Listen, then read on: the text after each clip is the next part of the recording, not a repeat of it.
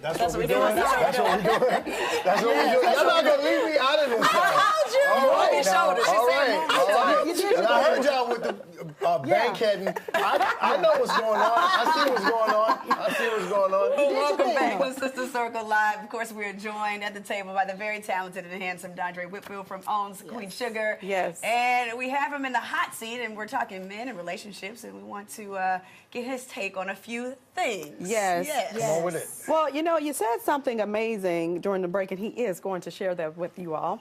But I want to talk a little bit about security. Being secure in a relationship.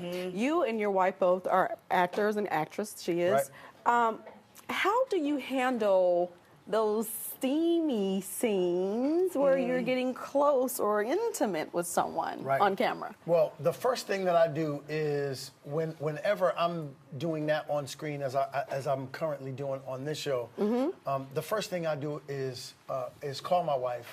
Even though she knows what's coming, the first thing I do is call her and say, "Hey, sweetheart, that scene is coming up, so I just wanted you to know that, you know, that's what I'm doing today, and, you know, and then once that's over, hey, I'm done." I am an actor who has, first of all, what you need to do is you need to place boundaries on everything. Boundaries are a great thing. Yes. Boundaries protect you from not only yourself, but other things around you. So the first thing I do is speak to an actress to say, here's what I don't do. Right. I don't do tongue, right? So so you fake it? I'm like, yeah, there are many things. So if we were in the bed and we're supposed to be acting like we're actually lovemaking, we don't actually do that thing. Right. So we're actually faking everything. Right. So Not just yes, I parts do of it. fake that. So the only tongue I do is with my wife. So if you give everything to everybody, what's the special thing that you give your spouse or your partner? So you have to place boundaries on everything and then properly communicate everything that you're doing as you do it. That's out of respect for your partner. What do you say to men who don't understand exactly what it means to be a man? Well, it's very difficult. First of all, it's difficult to explain this to what you're probably referring to is what I refer to as grown males. There's a huge difference between being a grown male and being a man. Somebody ought to shout it. Right there. So Talk to us about that difference. Okay, so every man that you meet is a male, but not every male that you meet is a man. Hello, somebody. So your man, the man that you meet is about his conscious knowing that he has been sent here to be a servant leader. So you all come first. So whenever you come in the room, you don't have to ask a man whether he is a man or not. He will show you who he is based on what he does. So a man comes in the room to say, sister, you need me to get that? Right. I got that. No, put that down. I got that. Grown male walks into the room looking to serve himself first. A grown male. A grown male. It's a So difference, a guys. man looks to be of service. A grown male looks to be served. Oh, my God. Listen, you got. I'm almost about to walk out this stage. I gotta leave. I don't know what else to do. I need you to, no, seriously. Yes. This is the I real think thing. a lot of women are in relationships with With grown males. males and in marriages with grown Males. males. And then you end up getting divorced So- because you were in a marriage with a grown male Exactly and that. not So- a man. Exactly that. So here's what I Okay. want you to think of. All right. Think of yourself. Think of yourself in a relationship, in a home, in a bed, with a boy who is 15 years old who just took over the body of a 35-year-old male. That's really what that equates to. Yes. Wow. Go ahead. No. Come on. Iyama Banzant said one Yes. time, which really resonated with me. She said that sometimes when people go through trauma, whatever age that they're at, they That's stay right. there if That's they don't where he heal got from stuck. it. Yeah. So, That's right. So in that instance, a lot of our men are lacking this fatherhood that you were speaking of in the break. That's right. Could this be what is happening with our men, that they're never really healing from those wounds, from not having the man in their life, and they just carry on? Throughout life. His development was arrested at whatever that age was.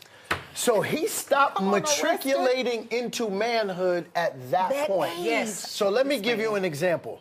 I actually cheated in my life in my early 20s because, and I'll never forget this, I actually cheated on, and I'm not going to say who that is to protect those that, right? So I actually didn't want to do that. And I was disappointed that I actually did. So I began examining why I did that. And I'll never forget this. I got to a point, my father was in and out of jail my entire life, right? So without having, my mother did a phenomenal job of introducing me to the principles of manhood. But actually walking out manhood is the job of a man. My mother can't teach me to be something she's not. Right. That's the misconception. Right. Your mother cannot teach you how to be a man because she's not a man. Let me give you an example. If you want to become a chef, my mother taught me how to cook.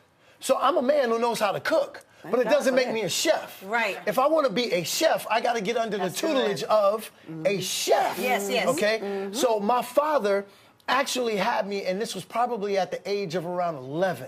My father had me in the car, and he said to me, I love your mother. And it made me feel so good, because a child just wants to hear that his father loves his mother. But at the very next moment, he looked out the window and whistled to a sister across the street.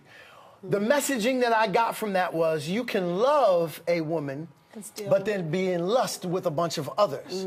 So what that taught me was, this behavior is okay. If that's good for my father, then that's what I should be doing too. So at what point did you say, I can't live my life like this? I can't be a cheater. I can't be a deceiver. I can't be someone who's going to betray someone's trust. At what point did that light bulb come on for you? I'm going to tell you, the moment that it came on in parts. So when I got married, I said, okay, I gotta make sure that I am living my life out in integrity in that space. And then 2 years later, my daughter was born. And I said, ma'am, you are gonna be held accountable not only by your wife, not only by God, but your daughter has been sent to you as a living, breathing example of exactly what you are supposed to put into this world. So everything that you want for her, you better deliver to your wife. And this is over. Yes, it Well, is. Good night. Thank you. And Andre, I we can't could- take it. I wish we had more segments with them. The manhood book is coming. There you go. And Tease my that. gift to all of my sisters is I'm going to train up our males to be men. Please so do. that they can be the men that they were supposed to be in order to properly cover you and to properly train up our children. We are Sister Circle Whitfield. Can we book